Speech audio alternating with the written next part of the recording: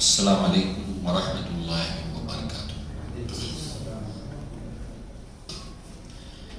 ان الحمد للہ نحمده ونستعینه ونستغفره ونؤمن به ونتوکل علیہ ونعوذ باللہ من شرور انفسنا ومن سیئات اعمالنا، من یهده اللہ فلا مضل له ومن یضلل فلا هادی له، واشهد ان لا اله الا اللہ وحدہ لا شریک له، واشهد ان محمدا عبده ورسوله، اما بعد، یا ایھا الذین آمنوا اتقوا اللہ حق تقاته ولا تموتن الا وانتم مسلمون، یا ایھا الناس اتقوا ربکم الذی خلقکم من نفس واحدۃ وخلق منها زوجها وبث منهما رجالا کثیرا ونساء، واتقوا اللہ الذی تساءلون به والارحام ان اللہ کان علیکم رقیبا، یا ایھا الذین آمنوا اتقوا اللہ وقولوا قولا سدیدا یصلح لکم اعمالکم ویغفر لکم ذنوبکم، ومن یطع اللہ ورسولہ فقد فاز فوزا عظیما، فإن خیر الحدیث کتاب اللہ وخیر الہدی ہدی محمد صلی اللہ علیہ وسلم، وشر الامور محدثاتها وکل محدثۃ بدعہ وکل بدعۃ ضلالہ وکل ضلالۃ فی النار، وقال اللہ تبارک وتعالی لقد كان لكم في رسول الله أسوة حسنة لمن كان يرجو الله واليوم الآخر وذكر الله كثيرا، رب اشرح لي صدري ويسر لي أمري واحلل عقدة من لساني يفقهوا قولي، اللهم أرنا الحق حقا وارزقنا اتباعه وأرنا الباطل باطلا وارزقنا اجتنابه، آمين يا رب العالمين۔ اللهم لا سهل إلا ما جعلته سهلا وأنت تجعل الحزن سهلا إذا شئت۔ اللہ کے نبی صلی اللہ علیہ وسلم کی سیرت کے سلسلے بیان میں معراج کے واقعات کو ہم سن رہے تھے، اور اسی کی آج ایک کڑی ہے۔ گزشتہ مرتبہ ہم نے اللہ کے نبی صلی اللہ علیہ وسلم کو جو جنت دکھائی گئی اس کے تعلق سے کچھ باتیں سنی تھیں، اور آج جہنم کے تعلق سے کچھ باتیں ہمارے سامنے ہوں گی۔ جہنم کے جو مناظر اللہ کے نبی صلی اللہ علیہ وسلم کو دکھائے گئے، اور جیسے کہ یہ بات ہمیشہ ذہن میں رہنی چاہیے جب بھی معراج کا واقعہ ہم پڑھیں سنیں، کہ اللہ کے نبی کو لے جائے جانے کا مقصد کیا تھا؟ لِنُرِيَهُ مِنْ آیَاتِنَا، تاکہ اللہ تعالیٰ اپنے بندے کو اپنی بڑی بڑی نشانیاں دکھائے۔ تو اللہ تعالیٰ نے جہنم کے جو مناظر ہیں وہ دکھائے،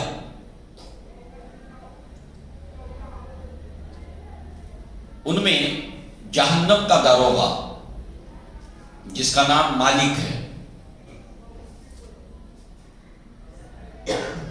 اللہ تعالیٰ کے جو فرشتے ہیں ہمارے ارکان ایمان میں سے ایک رکن ہے، ایمان باللہ، ایمان بالآخرت، ایمان بالرسالت، ایمان بالملائکہ، ایمان بالکتب، ایمان بالقدر۔ یہ 6 رکن ہیں ایمان کے، ان میں سے ایمان بالملائکہ۔ اور اس اعتبار سے زندگی کو لے کر وافر مقدار کے اندر ہم کو کانٹینٹ ملتا ہے، اس لیے کہ ان ایمانیات کے اوپر جو ہے وہ جو فرشتوں کے اوپر ہے، اللہ کے نبی نے اس کے تعلق سے کتنی باتیں ان فرشتوں کے تعلق سے ہم کو بتائیں۔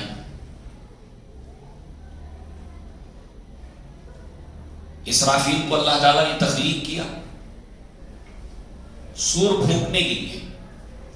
جب سے اللہ تبارک و تعالیٰ نے ان کو پیدا کیا، یہ سور کو لیے ہوئے انتظار میں ہے کہ جہاں اللہ کا حکم ہے اور وہ سور پھونک دیں۔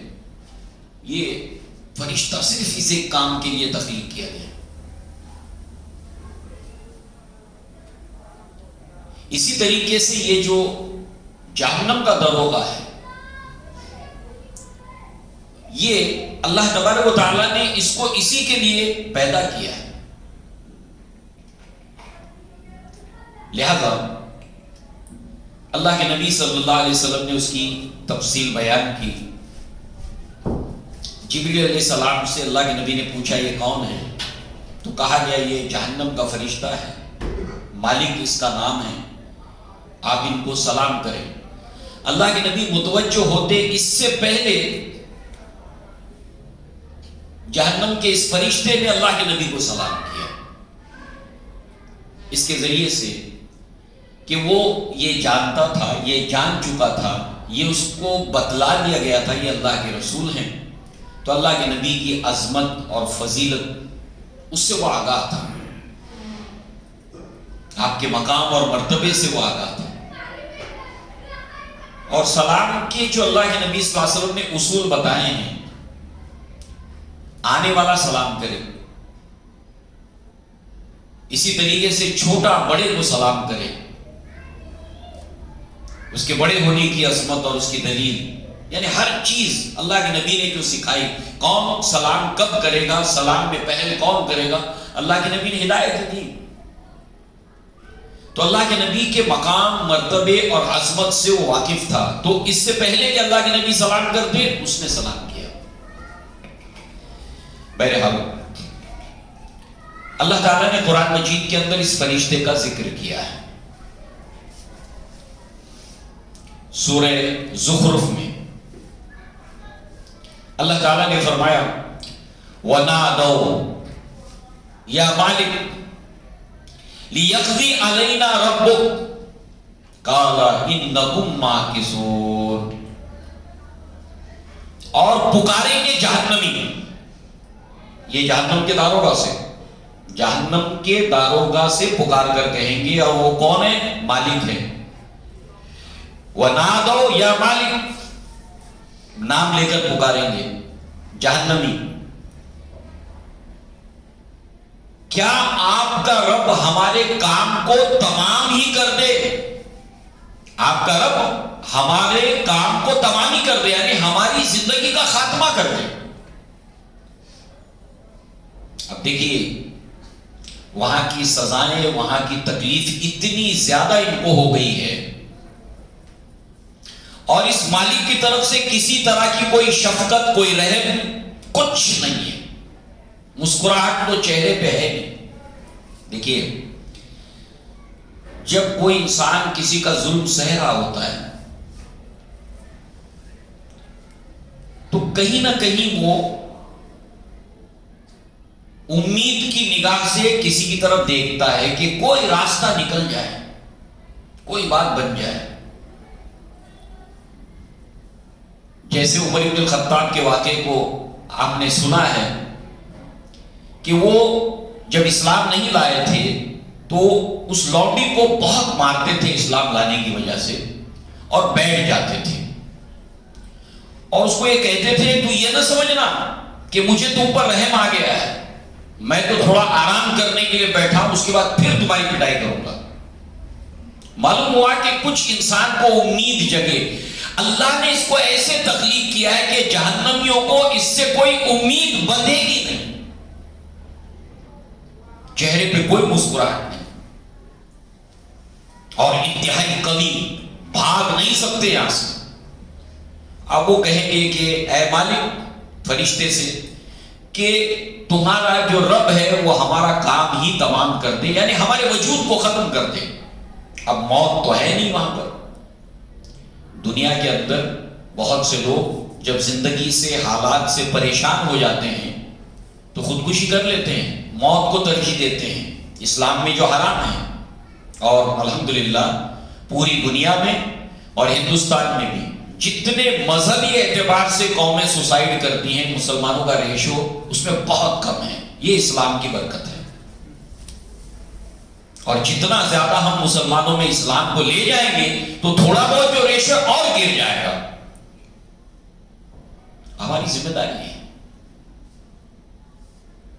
لہذا جو ہے وہ انسان یہاں پر موت کو ترجیح دے رہا ہے، اس لیے وہاں پر کہیں انسان یہ حسرت کرے گا کہ یا لیتنی کنت ترابا، اے کاش کہ میں مٹی ہوتا، جب سارے جانوروں کو مٹی ہوتے ہوئے دیکھے گا۔ ایسے ہی موت مانگے گا کہ ختم ہو جائے، کھیل ہی ختم ہو جائے، تو وہ اس فرشتے سے کہیں گے، اور اس وقت یہ مالک فرشتہ داروغہ ان کو جواب دے گا، قال انکم ماکثون، تم کو تو بس ہمیشہ یہی رہنا ہے۔ اتنا بالکل کوڑا سا جواب، تو یہی رہنا ہے، زیادہ بھی بات نہیں، کیونکہ آدمی جب زیادہ بات کرے گا تھوڑی امید بن جاتی ہے، زیادہ بات نہیں، بس دو ہی لفظ ہے، انکم ماکثون۔ قرآن کیا کیا ہمیں سکھاتا ہے، کیا کیا سکھاتا ہے، مطلب سامنے والے کو بالکل امید نہ باندھے ہو تو کم سے کم لفظ استعمال کیے جائیں۔ کیا کیا سکھاتا ہے قرآن، اللہ اکبر۔ تو بہرحال یہ مالک ہے، قرآن مجید میں سورہ زخرف میں اس کا ذکر آیا، اللہ کے نبی صلی اللہ علیہ وسلم کو دکھایا گیا اس فرشتے کو۔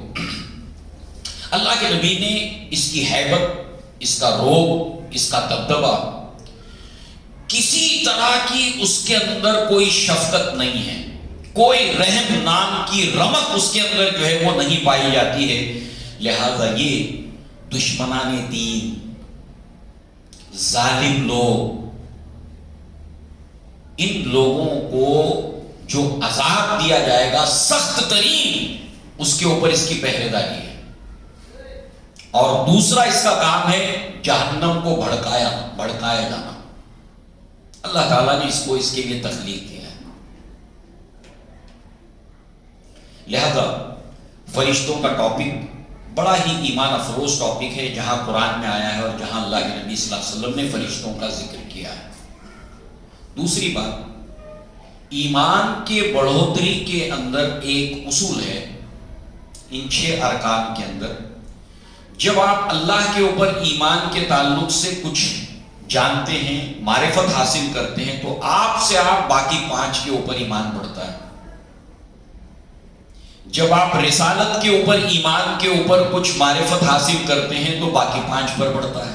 یہ سب ایک دوسرے کو طاقت دیتے ہیں، یہ ارکان اسلام سپورٹ کرتے ہیں۔ لہذا صحابہ اس اعتبار سے آپ دیکھیں کہ فرشتوں کا صحابہ سے جو پیار ہے، فرشتے جو صحابہ سے محبت کرتے تھے، اس کے اوپر اسلاف نے کتابوں کے اندر چیپٹرز قائم کیے، کہیں کتابیں لکھ دی۔ کیوں؟ تو لہذا اس اعتبار سے جب ان فرشتے کا ذکر آیا تو ہم نے جہاں جہاں آیا وہاں پر ہم نے اس کے تعلق سے دیکھا۔ اللہ کے نبی نے دیکھا کہ کچھ لوگ تھے جو مردار کھا رہے تھے، مردار، بدبودار مردار گوشت کو کھا رہے تھے۔ اللہ کے نبی نے جبریل سے پوچھا کہ من ھذا ھؤلاء، یہ کون لوگ ہیں؟ مردار گوشت کھا رہے ہیں، یہ کون لوگ ہیں؟ اسی طریقے سے اللہ کے نبی صلی اللہ علیہ وسلم نے یہ بھی دیکھا کہ کچھ لوگوں کے تانبے کے ناخن ہیں، ناخن تانبے کے ہیں ان کے، اور اس کے ذریعے سے وہ اپنے چہرے کو نوچ رہے ہیں اور اپنے سینے کو نوچ رہے ہیں۔ یہ سزا ان کو مل رہی ہے، اور مردار گوشت کھا رہے ہیں۔ 3 چیزیں، تانبے کے ان کے ناخن ہیں، چہرے کو نوچ رہے ہیں اور سینے کو نوچ رہے ہیں، اور مردار گوشت کھانے والے۔ اللہ کے نبی نے پوچھا کہ جبریل یہ کون لوگ ہیں؟ آپ نے بتایا قال ھؤلاء الذین یاکلون لحم الناس، کہ یہ وہ لوگ ہیں کہ جو دنیا کے اندر لوگوں کا گوشت کھاتے تھے، لوگوں کا، انسانوں کا گوشت کھاتے تھے اور ان کی عزتوں سے کھیلتے تھے۔ یہ کیا ہے؟ غیبت کرنا، کسی کی عزت سے کھیلنا۔ آخرت میں مردار گوشت کھانا، اور قرآن مجید کے اندر اللہ تبارک و تعالیٰ نے سورہ حجرات کے اندر فرمایا کہ وَلَا يَغْتَبْ بَعْضُكُمْ بَعْضًا، تم ایک دوسرے کی غیبت نہ کرو، پیٹھ کے پیچھے جو ہے وہ غیبت نہ کرو، بیک بائٹنگ. ایحب احدکم ان یاکل لحم اخیہ، کیا تم میں کوئی اس بات کو پسند کرتا ہے کہ وہ اپنے مرے ہوئے بھائی کا گوشت کھائے؟ فکرہتموہ، اس کے تو تم کو کراہیت ہوتی ہے. تو یہ جو قرآن میں اللہ نے فرمایا کہ مت کرو ایسا، ڈو ناٹ، نہیں، اس لیے کہ تم میں کوئی اس بات کو پسند کرتا ہے، تو اس کا ایک معنی ہے کہ پھر آخرت میں تم کو مردار گوشت کھانا پڑے گا. اور مرے ہوئے بھائی کا گوشت، جس کی غیبت ہو رہی وہ تو مرا نہیں ہے نا، تو زندہ ہے. آپ اس کے پیٹ کے پیچھے بات کر رہے ہیں، وہ تو زندہ ہے. تو مرے ہوئے بھائی سے اس کو کیوں تعبیر کیا گیا؟ اس لیے کہ جس طریقے سے ایک لاشا، ایک میت، ایک ڈیڈ باڈی، آپ اس کو بائیں پلٹائیں دائیں پلٹائیں، جب میت کو نہلاتے وہ اپنا دفاع نہیں کر سکتی، اپنا ڈیفینس نہیں کر سکتی. ایسے ہی آپ جس کے بارے میں بات کرتے ہو وہ موجود نہیں، اپنا ڈیفینس نہیں کر سکتا، اپنا دفاع نہیں کر سکتا، اس اعتبار سے. اور آخرت کے اندر یہ سزا ہے، سزا مردار گوشت کھانا، تانبے کے ناخن، اور انسان اپنے چہرے کو اور اپنے سینے کو اس سے نوچے گا. اب یہ سزا کا جہاں تک تعلق ہے، ہم سب جانتے ہیں کہ اللہ تبارک و تعالی بال برابر بھی کسی کے اوپر ظلم نہیں کرے گا. اور وہ انصاف کیسے کرے گا؟ انصاف اللہ تعالیٰ اس طریقے سے کرے گا کہ اگر ایک مالک نے اپنے نوکر کو سزا دی، مالک نے نوکر کو سزا دی، تو مالک کی سزا کو ایک پلڑے میں ڈالا جائے گا اور نوکر کے جرم کو ایک پلڑے میں ڈالا جائے گا. اگر سزا کا پلڑا بھاری ہے تو اس کا حساب ہوگا، اور اگر سزا کم ہے اور جرم نوکر کا زیادہ ہے تو اس کا بھی برابر برابر حساب ہوگا. جو اللہ تعالیٰ ایسا برابر برابر حساب کرے گا، وہ اللہ تعالیٰ جب بندوں کو ان کے گناہوں کی سزا دے گا تو رتی برابر بھی اس کے اندر زیادتی نہیں ہوگی. تو اللہ تعالیٰ نے تانبے کے ناخن کیوں دیے، لوہے کے کیوں نہیں، اور کوئی کیوں نہیں؟ اس کے اندر اللہ کا عدل و انصاف ہے. اب انسان غور کرے، غور کرے.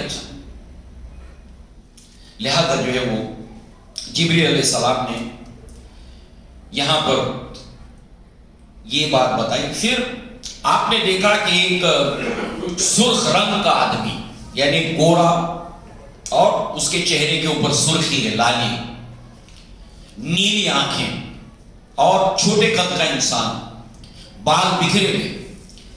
اللہ کے نبی صلی اللہ علیہ وسلم نے پوچھا جبریل سے کہ یہ کون ہے؟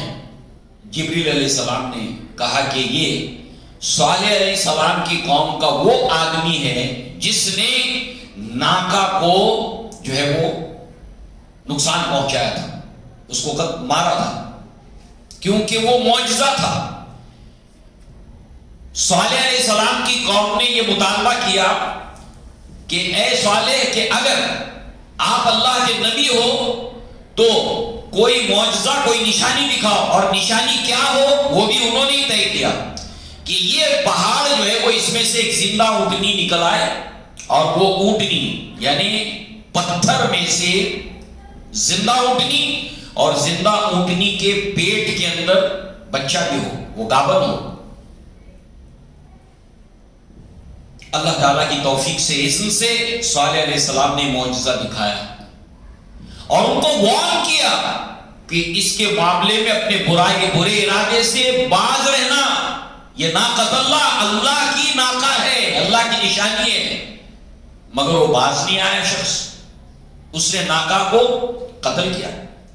نتیجے کے اندر یہ وہ شخص ہے آخرت کے اندر کہ اللہ کے نبی صلی اللہ علیہ وسلم کو اس کو دکھایا گیا.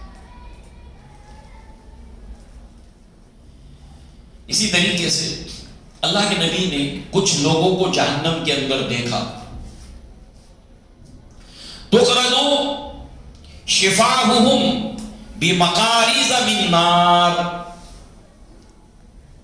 اللہ کے نبی نے پوچھا ما ہؤلاء، یہ کون لوگ ہیں؟ اللہ کے نبی نے دیکھا کہ کچھ لوگ ہیں کہ جن کی زبانوں کو جہنم کے اندر جو آگ کی قینچیاں ہیں. اب قینچی کیا صرف کاٹتی ہے، قینچی کاٹتی ہے، دنیا کی جو ہماری قینچی وہ کاٹتی ہے نا، مگر اسی قینچی کو اگر بھٹی میں ڈال کر لال کر دیا جائے، اس کو آگ بھی بنا دیا جائے تو کاٹے گی بھی اور جلائے گی بھی. عجیب سزا ہے. تو یہ کون لوگ ہیں جن کو اس طرح کی اور اللہ جرم کے مطابق برابر سزا دے گا، ذرا بھی زیادتی نہیں ہوگی. لہذا جو ہے وہ یہاں پر یہ کون لوگ ہیں؟ اللہ کے نبی کو جبریل علیہ السلام نے فرمایا، بتایا کہ ہؤلاء خطباء امتک من اہل الدنیا. اے اللہ کے رسول، دنیا کے اندر یہ آپ کی امت کے خطیب لوگ ہیں، اوریٹرز ہیں، یہ آپ کی امت کے خطبہ ہیں، خطیب لوگ ہیں، خطبہ دینے والے، تقریر کرنے والے، یہ وہ لوگ ہیں آپ کی امت کے. کانوا یامرون الناس بالبر وینسون انفسهم وهم یتلون الکتاب افلا یعقلون. یہ سورہ بقرہ میں آیت ہے. یہ وہ خطیب ہیں جو لوگوں کو بھلائی کا حکم دیتے تھے مگر اپنے آپ کو بھول جاتے تھے، اور یہ لوگ اللہ کی کتاب بھی پڑھتے تھے. یعنی یہ جرم ان کا بڑھ رہا ہے. لوگوں کو بھلائی کا حکم دیتے تھے، خود کو بھول جاتے تھے. قول اور فعل کا تضاد. سورہ صف میں اللہ نے فرمایا یا ایھا الذین آمنوا، اے اہل ایمان، لما تقولون ما لا تفعلون کبر مقتا عند اللہ ان تقولوا ما لا تفعلون. اے اہل ایمان، وہ بات کیوں کہتے ہو جو تم کرتے نہیں ہو؟ اللہ کے نزدیک سخت ناپسندیدہ ہے وہ بات جو تم کہو اور کرو نہیں. اب یہاں پر مقت کا لفظ ہے، مقت، کبر مقتن. اب کراہیت کے لیے، ناگواری کے لیے عربی زبان میں کئی الفاظ ہیں. یعنی یہ جرم جو ہے وہ اس کی گمبھیرتا کو آپ دیکھیے. یہ جرم اتنا بڑا، اس کی گمبھیرتا کو آپ دیکھیے. یہاں پر کراہیت کے لیے خود عربی زبان کا لفظ ہے کراہیت. عسیٰ ان تکرہوا شیئا وہو خیر لکم، کراہیت عربی زبان کا لفظ ہے. اور کراہیت یعنی ناپسندیدگی کے لیے عربی زبان میں متعدد الفاظ ہیں، اس میں سے ایک مقت بھی ہے. اب مقت جو ہے وہ یہ کتنا کراہیت والا ہے، اس کا آپ اندازہ کیجئے. دور جاہلیت میں ایک نکاح ہوا کرتا تھا، اس کو کہتے تھے نکاح مقت. یہ کون سا نکاح تھا؟ یہ نکاح تھا کہ والد کا انتقال ہو گیا، اس کی کئی بیویاں تھیں، بڑی عمر کی، چھوٹی عمر کی، کئی بیویاں تھیں اس کی. اب باپ تو مر گیا، کئی بیویاں پیچھے چھوڑ گیا ہے، یہ بیوہ ہو گئی. تو اب بیٹا کیا، جو اپنی سگی ماں کو چھوڑ کر جو سوتیلی مائیں ہیں ان میں سے جس کو پسند کرتا تھا اس کے اوپر چادر ڈال دیتا تھا کہ اب وہ اس کی بیوی بن گئی جو باپ کی تھی. اور ایسے نکاح کو نکاح مقت کہا جاتا تھا. کراہیت. سوچئے تھوڑی دیر کے لیے کہ جس عورت سے باپ نے شادی کی ہو، سگی ماں بھلے ہی نہ ہو، سوتیلی ماں ہو، اس کے ساتھ میں اگر بیٹا نکاح کرے، کیسی کراہیت ہوتی ہے، کیسی چڑ پیدا ہوتی ہے. یا ایھا الذین آمنوا لما تقولون ما لا تفعلون کبر مقتا عند اللہ ان تقولوا ما لا تفعلون. تم وہ بات کہتے کیوں جو کرتے نہیں ہو؟ اللہ کے نزدیک سخت کراہیت والی یہ بات ہے، ناپسندیدہ تم کہو جو کرو نہیں. تو اللہ تعالیٰ نے ان کو کیا سزا دی؟ قینچی نہیں، آگ کی قینچی، جو کاٹے گی بھی اور جلائے گی بھی. دوہری تکلیف ہوگی.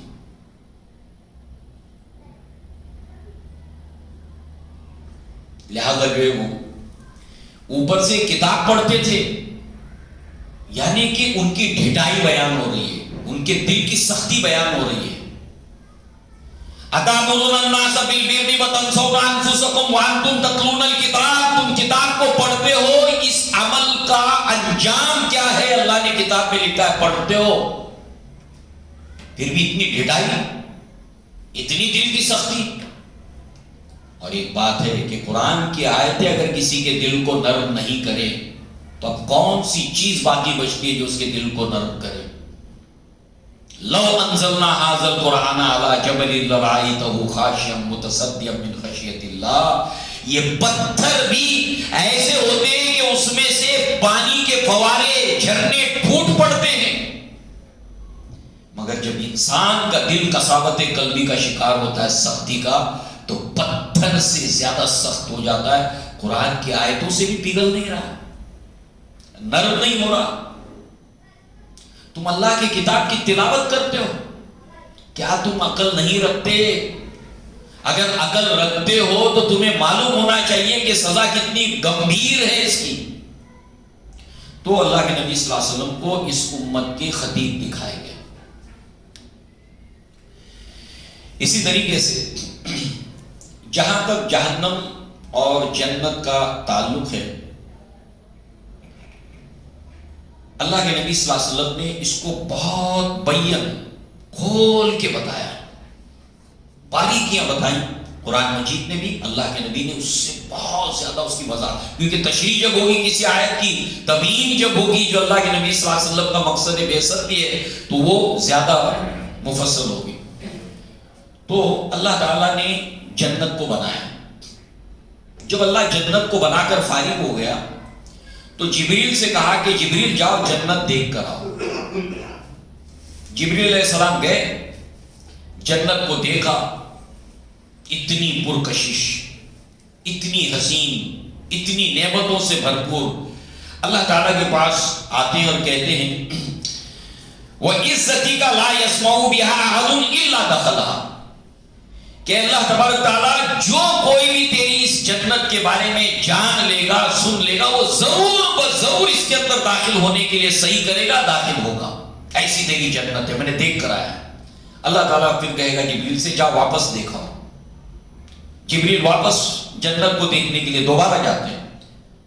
دوبارہ آنے کے بعد کہتے ہیں کہ وَعِزَّتِكَ لَقَدْ خِفْتُ أَنْ لَا يَدْخُلْهَا أَحَدٌ، میں نے دوبارہ دیکھا ہے اللہ، مجھے ڈر ہے کہ اس کے اندر ایک بھی آدمی کہیں داخل نہ ہو. کیوں؟ اس لیے کہ حفت الجنہ بالمکارہ، جنت کو مکروہ چیزوں سے گھیرا گیا ہے.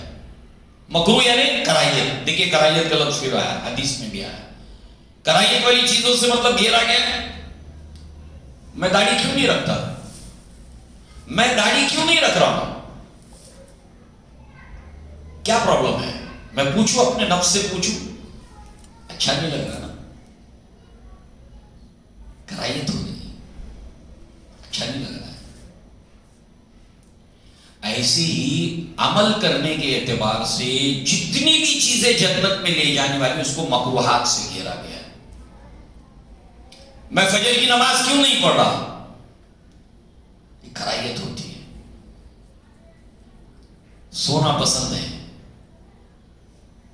نفس کے اوپر بہت زور دینا پڑتا ہے. میں ٹخنے کے اوپر کیوں نہیں پہنتا؟ تھوڑا آکورڈ فیل ہو رہا ہے. مثالیں ہیں صرف یہ. اسی لیے جبریل نے کہا کہ مشکل لگتا ہے، کیونکہ جنت تک پہنچنے کے لیے اس مکروہات کے دریا میں سے تیر کر وہاں جانا پڑے گا. جتنے جنت کو پانے کے احکامات اللہ تعالیٰ نے دیے ہیں، سوال یہ ہے کہ میں اپنے آپ سے پوچھوں، ہر انسان اپنے آپ سے پوچھے کہ یہ جنت میں لے جانے والا عمل ہے، میں کیوں نہیں کر رہا؟ ریزن کیا ہے؟ وجہ کیا ہے؟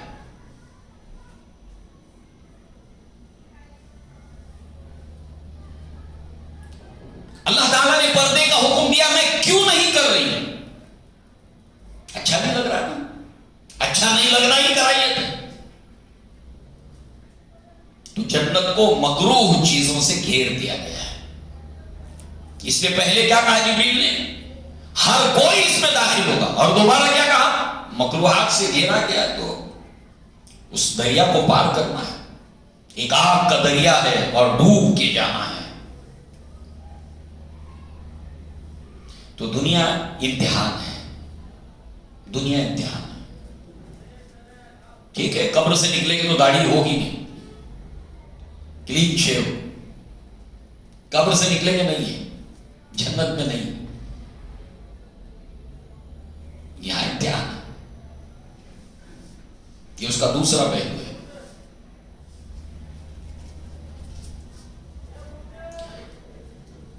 اس کے بعد اللہ تعالیٰ نے جبریل سے کہا جاؤ جہنم دیکھا، جبریل گئے، اس کے بعد آ کر کہتے ہیں وَعِزَّتِكَ لَا يَسْمَعُ بِأَحَدٌ فَيَدْخُلُهَا، کہ اے اللہ تبارک و تعالیٰ جو کوئی اس کے بارے میں سنے گا وہ اس کے بارے میں جانے گا، اس کے بارے میں داخل ہونے کے بارے میں سوچ بھی نہیں سکتا۔ اللہ تعالیٰ نے کہا جبریل جاؤ واپس دیکھا، جبریل واپس گئے۔ وَعِزَّتِكَ لَقَدْ خَشِيتُ أَلَّا يَنْهُ مِنْهَا أَحَدٌ إِلَّا دَخَلَهَا، بہت لوگ جائیں گے، پہلے کیا کہا کوئی اس کے اندر جانے کے بارے میں سوچے گا بھی نہیں، اگر جان لے گا دوبارہ جب دیکھنے کے لیے کہا جاؤ ایک بار اور دیکھ کر آؤ، کہا بہت لوگ جائیں گے، کیوں؟ وجہ کیا ہے؟ حفظ النار بالشہوات، اس لیے کہ جہنم کو خواہشات سے گھیر دیا گیا ہے، ہر وہ کام جس کا دل خواہش کرتا ہے آدمی اس کو کر گزرتا ہے، انجوائے کرتا ہے، مزہ آتا ہے اس کو، اور اس سے گھیر دیا گیا، اور وہ کرنا آسان ہے، سر پٹ دوڑتا ہے آدمی اس کی طرف، کیوں؟ اس لیے کہ اس میں ایک طرح کا مزہ اس کو دیتا ہے، مزہ اس کو ملتا ہے، اور اس اعتبار سے جہنم کی طرف سر پٹ آدمی بھاگنے لگتا ہے، کیونکہ وہ خواہشات سے گھیر دی گئی ہے، شہوات سے گھیر دی گئی ہے، اور شہوات میں سے گزرنا دنیا میں آسان ہے، مکروہات میں سے گزرنا مشکل ہے، ایک آگ کا دریا ہے اور ڈوب کے جانا ہے۔ ان الدنیا سجن المومن و جنت الکافر، یہ دنیا مومن کے لیے قید خانہ ہے، کافر کے لیے جنت ہے، یہاں پر تو انجوائے کرنے کے بہانے ڈھونڈتا ہے۔ اسی طریقے سے اللہ کے نبی صلی اللہ علیہ وسلم پھر فرماتے ہیں کہ ثم اریج بی حتی ظہرت لمستوی، ایک وہاں سے مجھے ایک بلند جگہ پر لے جایا گیا، اسمع فیہا صریف الاقلام، وہاں پر میں نے قلم کی سرسراہٹ کو سنا۔ اب ظاہر سی بات ہے کہ قلم سے جب لکھتے ہیں بالکل پن ڈراپ سائلنس ہو یا ہم کان لگائیں، وہ قلم جو پہلے استعمال ہوتا تھا تو اس کی تو ایک آواز ساؤنڈ آتی تھی، تو وہ قلم کی جو سرسراہٹ فرشتے جو لکھتے ہیں اس کی آوازوں کو میں نے سنا۔ جو کچھ اللہ تبارک و تعالیٰ فیصلے کرنے والا ہے فرشتے اس کو نوٹ ڈاؤن کرتے، اس کو لکھتے، اس سرسراہٹ کو قلم کی میں نے سنا۔ لہذا اللہ کے نبی صلی اللہ علیہ وسلم کو پھر نماز کا رفیع الشان تحفہ دیا گیا، لہذا یہ جو نماز ہے یہ بندے کے کمال عاجزی اور انکساری کا بہترین فارم ہے۔ بندہ جو اللہ تعالیٰ کے سامنے انکساری اختیار کرتا ہے بائی باڈی لینگویج، کمال ہے۔ اللہ نے سکھایا ہے عبادت کا طریقہ، ہم اس پر کبھی غور نہیں کرتے، ہم جو قیام کرتے ہیں، ہم جو رکوع کرتے ہیں، ہم جو سجدہ کرتے ہیں، یعنی کوئی انسان جو بالکل ٹوٹلی سرنڈر کر دے کسی کے سامنے، اس کا پورا حق ادا کرنے والے اس کے سارے ارکان ہیں۔ اسی لیے یہ سارے کے سارے ارکان اللہ کو چھوڑ کر کسی کے لیے نہیں ہے۔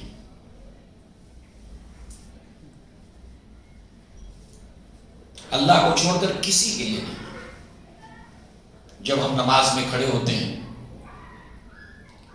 باادب دونوں ہاتھوں کو باندھ کر، برعکس نبی نے کیا فرمایا؟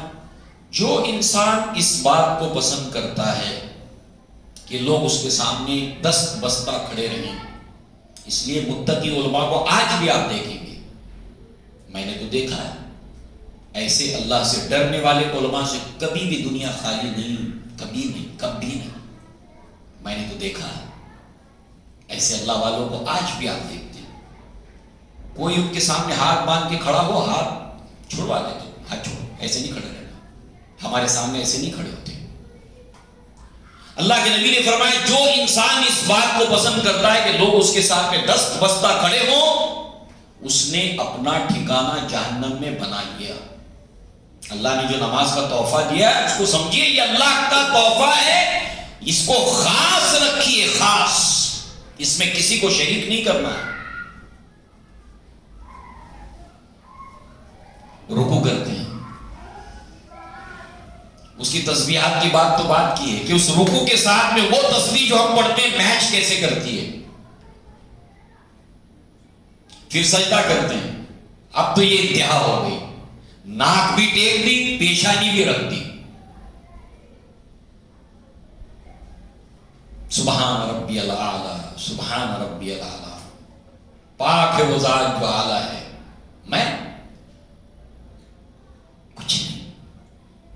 اس کانشیس کے ساتھ، اس کانشیس کے ساتھ سبحان ربی الاعلی، اعلیٰ تو ہے، میں لائق حمد تیری ذات کے محمود ہے تو، لائق سجدہ تیری ذات کے مسجود ہے تو، انکساری میرا مقصوم کے بندہ ہوں میں، خود نمائی تیرا دستور کے معبود ہے تو۔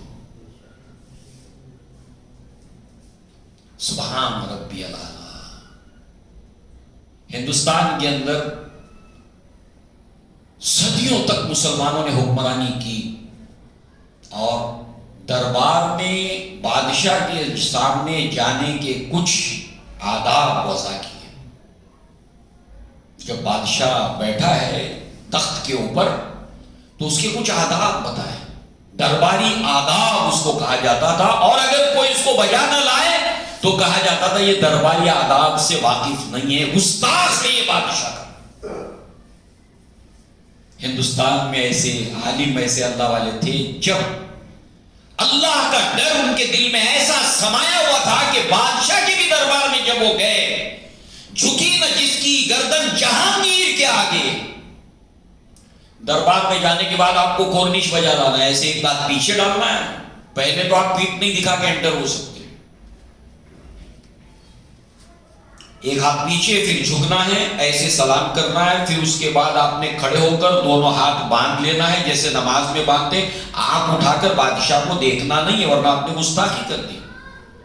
پھر آپ کو کچھ پوچھنا ہے تو آپ کہیے کہ جان کی امان پاؤں تو کچھ کہوں، تو بادشاہ آپ سے بات نہیں کرے گا، وہ اشارہ کرے گا کہ ٹھیک ہے اجازت ہے، آپ اس لائق ہی نہیں ہو کہ میں آپ سے بات کروں۔ پھر وہ اتنا گھمنڈ، اتنا کبر۔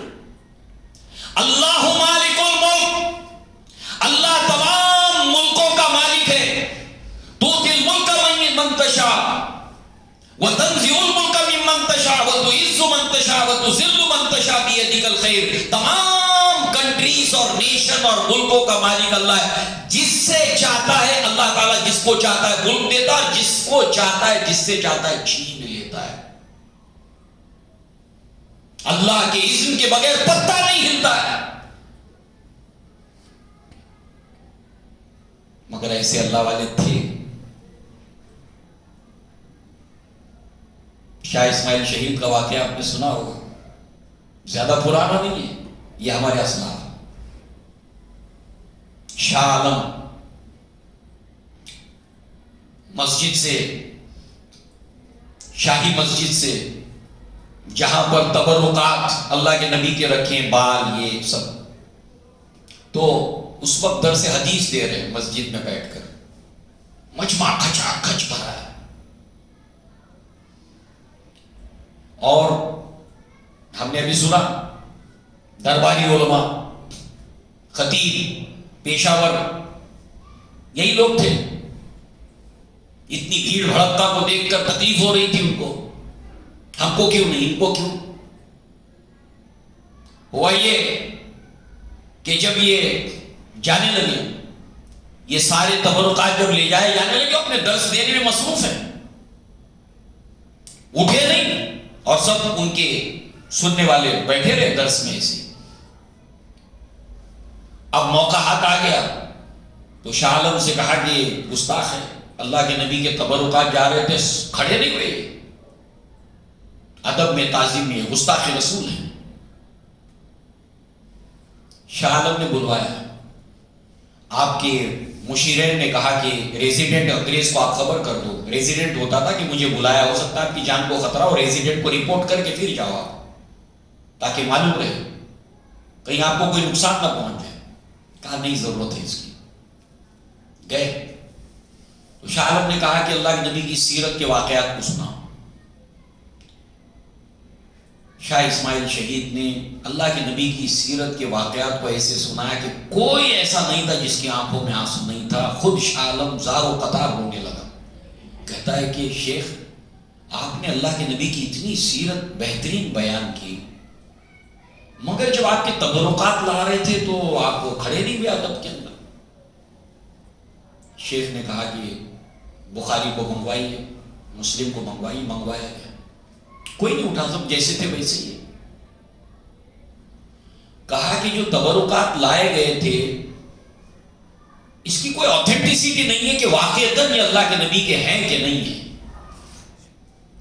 اور اگر ہوتے بھی تو اللہ کے نبی خود مجسم صحابہ کرام میں موجود تھے، ان کے درمیان چلتے پھرتے تھے، اور اللہ کے نبی آنے کے بعد جب صحابہ کھڑے ہوتے تو اللہ کے نبی منع کر دیتے کہ نہیں، کھڑے نہیں ہونا ہے. اور اب یہ جو حدیثوں کی کتابیں منگوائی گئی، یہ سند سے ثابت ہے کہ یہ اللہ کے نبی نے کہا، آپ تو کھڑے نہیں ہوئے اس میں. اتنا متاثر ہوا شاہ عالم کہ اپنے کہا کہ آپ جو ہے وہ اللہ کے نبی کی سیرت کو سن کر اتنا زار و قطار رونے لگے ہیں، اور یہ جو کنگن آپ نے سونے کے پہن رکھے نا، اللہ کے رسول نے مردوں کے اوپر اس کو حرام کیا ہے. اللہ مالک الملک، اللہ ملکوں کا مالک ہے. تؤتی الملک من تشاء وتنزع الملک ممن تشاء وتعز من تشاء وتذل من تشاء. ریشم، سونا، یہ جو سونے کے کنگن آپ نے پہن رکھے حرام ہے مردوں. اللہ ظلم نہیں کرتا ہے، ڈھیل دیتا ہے. 1 سال 2 سال 100 سال ڈھیل دی، چھین لیا. ہم سے کہاں غلطی ہوئی ہے؟ اس کو دوبارہ دہرائیں گے، اس کو ریپیٹ کریں گے.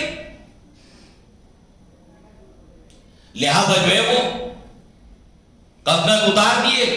کہا یہ لے جائیے، آپ اس کو جیسے چاہے خرچ کیجئے، استعمال کیجئے. کہا نہیں، مجھے اس کی حاجت نہیں ہے،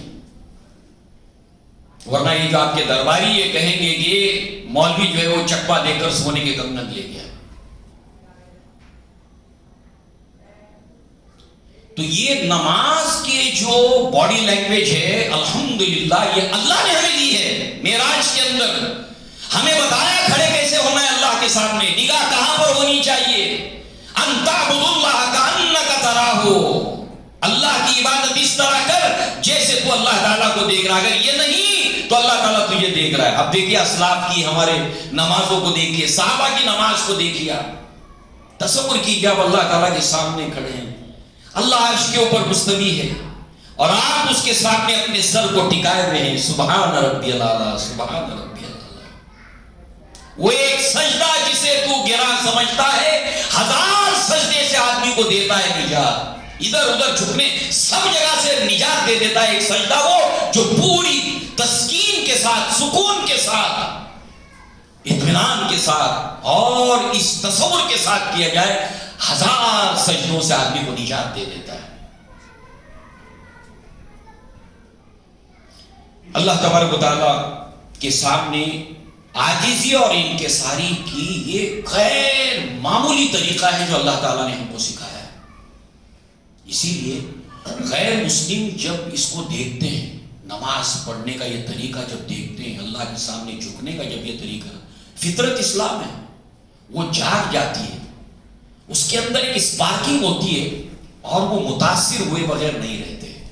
یہ فطرت ہے، اللہ نے سکھایا. لہذا یہ تمام باڈی لینگویج کسی اور کے لیے ہرگز نہیں، ہرگز نہیں، ہرگز نہیں. لہذا سبھی جانتے ہیں کہ 50 وقت کی نماز فرض ہوئی، دن اور رات میں 50 وقت کی نماز.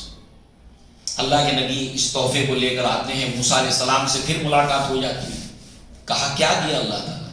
کہا 50 وقت کی نماز دن اور رات میں، 50 وقت کی، 24 گھنٹے ہیں، 24 آورس، یعنی اگر ہر ایک گھنٹے میں 2 نمازوں کو ڈیوائڈ کیا جائے تو 48 بنتی ہیں، یعنی کہ 2 نمازیں اس میں بھی ایسی ہیں کہ جو 1 گھنٹے کے اندر جلدی جلدی ہیں، یعنی ہر ایک گھنٹے میں 2 نمازوں کا ایوریج، اور اس میں 2 نمازیں ایسی ہیں کہ جس میں 2 سے زائد ہو جاتی ہیں۔ کیا ہوتا اگر اس میں کمی نہیں آتی؟ آج 5 وقت کی بھاری ہے، 50 وقت کی،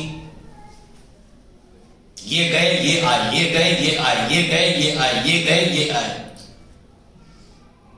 موسیٰ علیہ السلام نے اللہ کے نبی صلی اللہ علیہ وسلم سے کہا کہ آپ جائیے اللہ تعالیٰ کے پاس، آپ کی امت میں یہ طاقت نہیں رہے گی کہ وہ 50 وقت پڑھے، مجھے تجربہ ہے اپنی امت کے بارے میں، لہذا جو ہے وہ کم کروائیے۔ اللہ کے نبی گئے، 5 کم ہوئی، پھر موسیٰ علیہ السلام نے بھیجا، پھر 5 کم ہوئی، ہوتے ہوتے ہوتے ہوتے 5 کرائے۔ موسیٰ علیہ السلام نے کہا کہ جائیے دوبارہ کم کرائیے۔ اللہ کے نبی صلی اللہ علیہ وسلم نے فرمایا کہ مجھے انی استحی من ربی منکم ارجعو الیہ لا ولکن ارضا و اسلم، مجھے اب شرم آتی ہے کہ میں دوبارہ اللہ تبارک تعالیٰ کے پاس جا کر اس میں تخفیف کراؤں، کم کراؤں، لہٰذا میں اس پر راضی ہوں اور میں اس کے اوپر تسلیم و رضا کا اظہار کرتا ہوں۔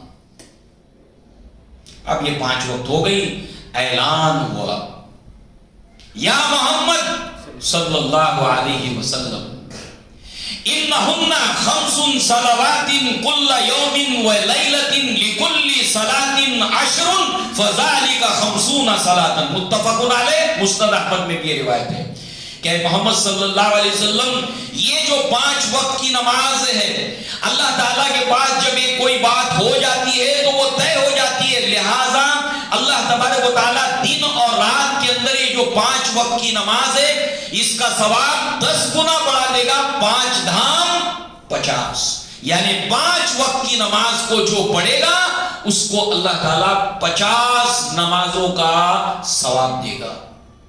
اور امت کی اوسط عمر کتنی ہے؟ 60 سے 70 سال۔ تو اب اگر آپ اس کو ضرب کریں، اگر 5 وقت کی نماز 50 نمازوں کے لیے کتنے دن ہو جائیں گے؟ ایک دن میں 5، اور اگر 50 نمازیں ہوں تو کتنے دن ہو جائیں گے؟ 10 دن۔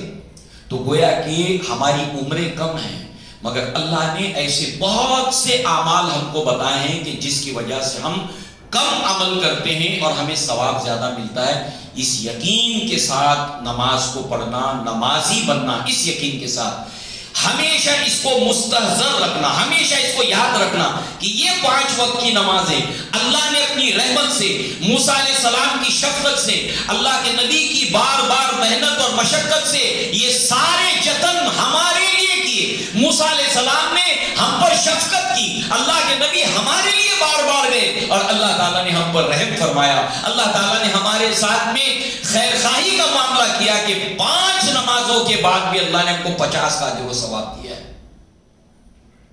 ہم کو اللہ کا یہ تحفہ قبول ہے، ہم اس کو ایکسپٹ کرتے ہیں۔ زبان سے اگر ہم نہیں کہتے نہ، تو عمل سے تو ہم کہتے ہیں ٹھیک ہے اللہ کا تحفہ جو ہے، بٹ مجھے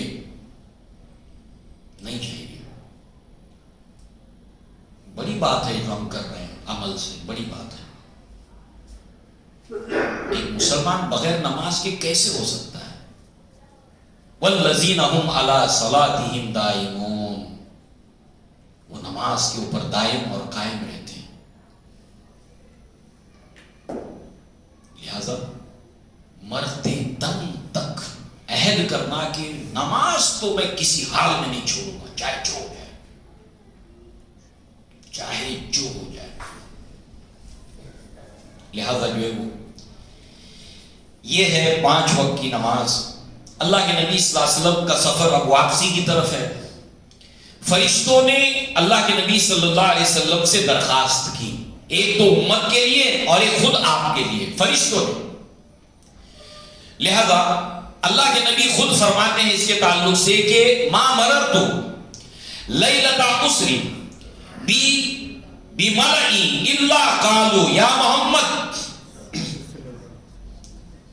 اے محمد صلی اللہ علیہ وسلم، اپنی امت کو یہ حکم دینا، امتک بالحجامہ، حجامہ کا اپنی امت کو حکم دینا. اور دوسری روایت کے اندر علیکہ یا محمد، آپ کے اوپر اے محمد صلی اللہ علیہ وسلم، آپ اس کو اپنے اوپر لازم کرنا، علیکہ یا محمد بالحجامہ، حجامہ کو آپ کرتے رہنا اور امت کو بھی آپ اس کا حکم دینا.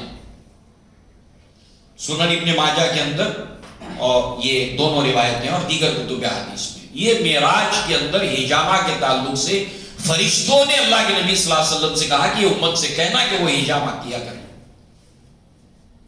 اور اللہ کے نبی کو بھی کہا گیا. حجامہ کے لیے ہمارے اپنے زمانے میں جو لفظ رائج ہے، ایک تو کپنگ، دوسرا اپنی دیسی زبان کے اندر ہے سینگی. سینگی اصل میں سینگ سے ہے، وہ تو سینگی پڑھتے ہیں، سینگی ہے. تو یہ طریقے کے اعتبار سے اس کے نام ہے کپنگ یا سینگی، مگر عربی میں اس کا نام ہے حجامہ. اب اس کو تھوڑا جانے سے پہلے پہلی بات یہ سمجھ لیں، فرشتے اپنی طرف سے کچھ کہتے ہیں کیا؟ ہمارا فرشتوں پر ایمان ہے. کیسا ایمان ہے فرشتوں پر؟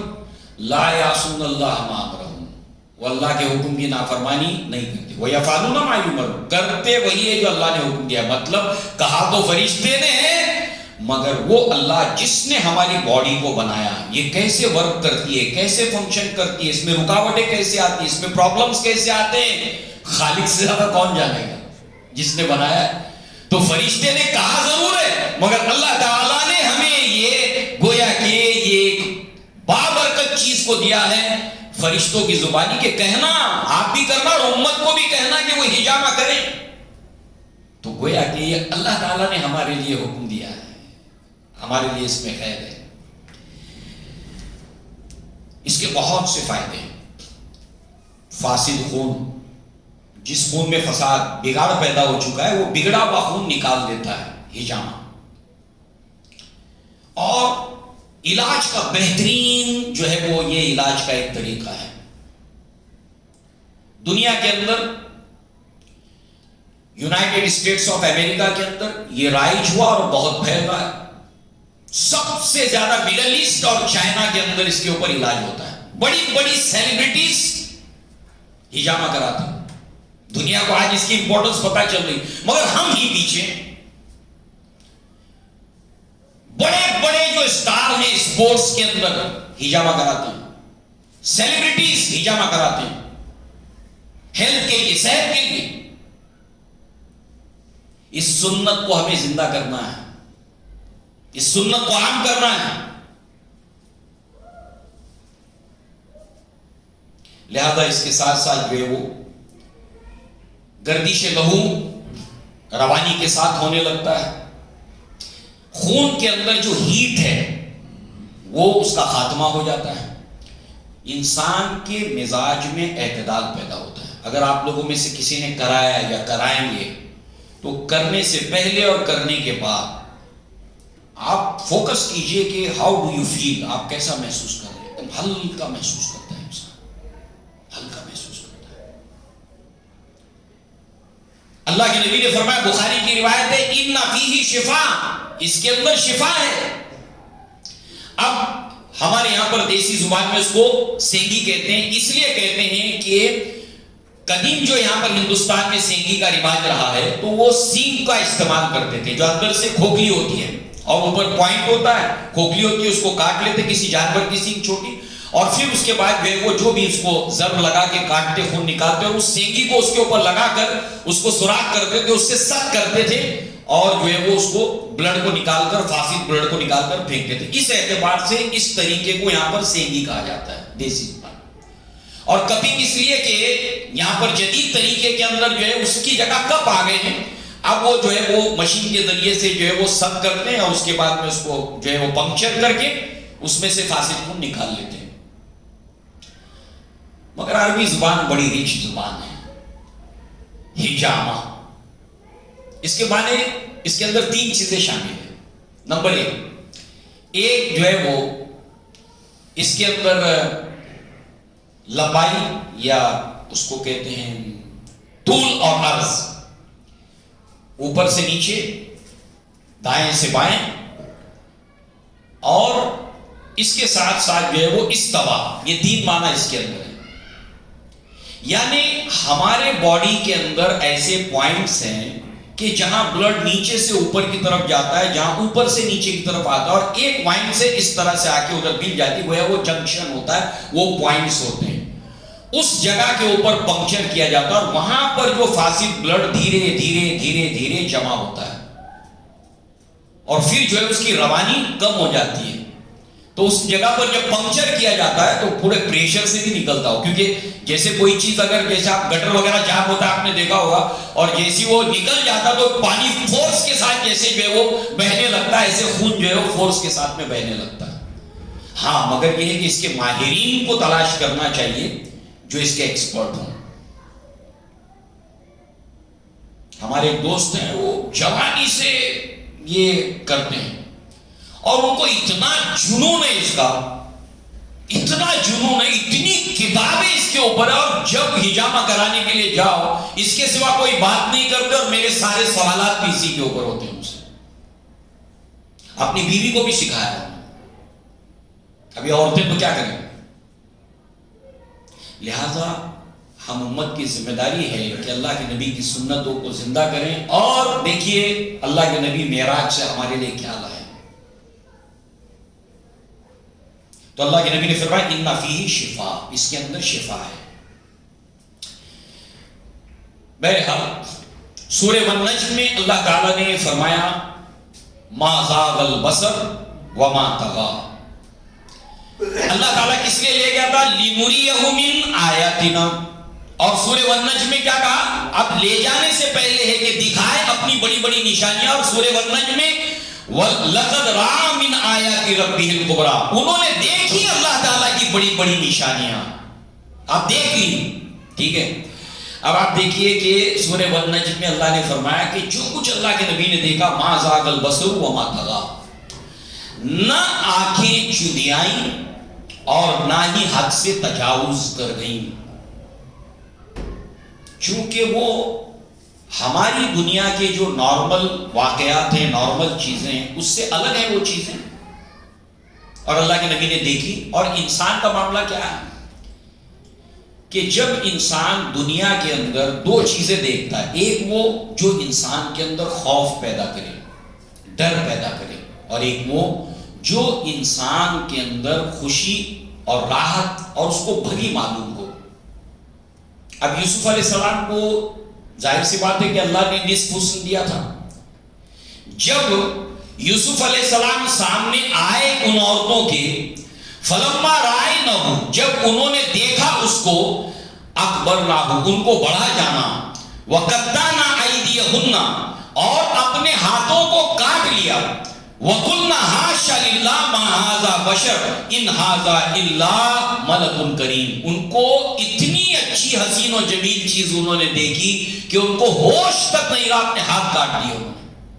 معلوم ہوا جب انسان بہت اچھی چیز دیکھتا ہے تو اس کی آنکھیں نارمل نہیں رہتی. جیسے نارمل ایسی نہیں، ایسی آنکھ تغا یعنی پھیلنے لگتی ہیں. کیا منظر ہے، آنکھ کا سائز بڑھ جاتا ہے. اچھا بتاؤ کیا دے گا؟ ارے نہیں، بیان نہیں کر سکتا میں اس کو. یا اتنی خوفناک چیز انسان دیکھ لے آنکھ بند کر دیتا ہے. نہ آنکھیں چندیائی، نہ آنکھیں حد سے تجاوز کر گئی. ہر چیز کو پوری طریقے سے اللہ کے نبی نے ریسیو کیا، اور آ کر ایک ایک بات امت کو اس کی تفصیلات بیان کی. لہذا اللہ کے نبی صلی اللہ علیہ وسلم پھر تمام ان 7 آسمانوں سے گزر کر بیت المقدس پہنچے، اور بیت المقدس سے اللہ کے نبی صلی اللہ علیہ وسلم مکہ آئے. مکہ آنے کے بعد اللہ کے نبی نے اس سفر کی خبریں جب دی تو یہاں پر ایک ہنگامہ برپا ہو گیا، ہنگامہ برپا ہو گیا. لہذا اللہ کے نبی کا یہ تمام واقعات کو بتانا آپ کے رسول ہونے کی دلیل ہے. کیسے کیا ہنگامہ ہوا، لوگوں نے کیسے ریئیکٹ کیا، اور انہوں نے اس واقعے کو سننے کے بعد کون کون سی باتیں پھیلانی شروع کی۔ اللہ تبارک و تعالیٰ نے ان کی اس حرکت کے اوپر سورہ والنجم میں کون سی آیتیں نازل کی، انشاءاللہ العزیز اس کی تفصیلات کو ہم آگے اللہ کے نبی کی سیرت کے درس کے اندر انشاءاللہ سنیں گے۔ اللہ تعالیٰ سے دعا ہے کہ اللہ تعالیٰ ہمیں اپنے پیارے حبیب محمد رسول اللہ صلی اللہ علیہ وسلم کی سیرت کو پڑھنے اور سننے کی توفیق عطا فرمائے، اس کے مطابق اپنی زندگی کو ڈھالنے کی توفیق عطا فرمائے۔ اقول قولی ھذا واستغفر اللہ لی ولکم ولسائر المسلمین والمسلمات وآخر دعوانا ان الحمد للہ رب العالمین۔ السلام علیکم ورحمۃ اللہ وبرکاتہ۔ وعلیکم السلام۔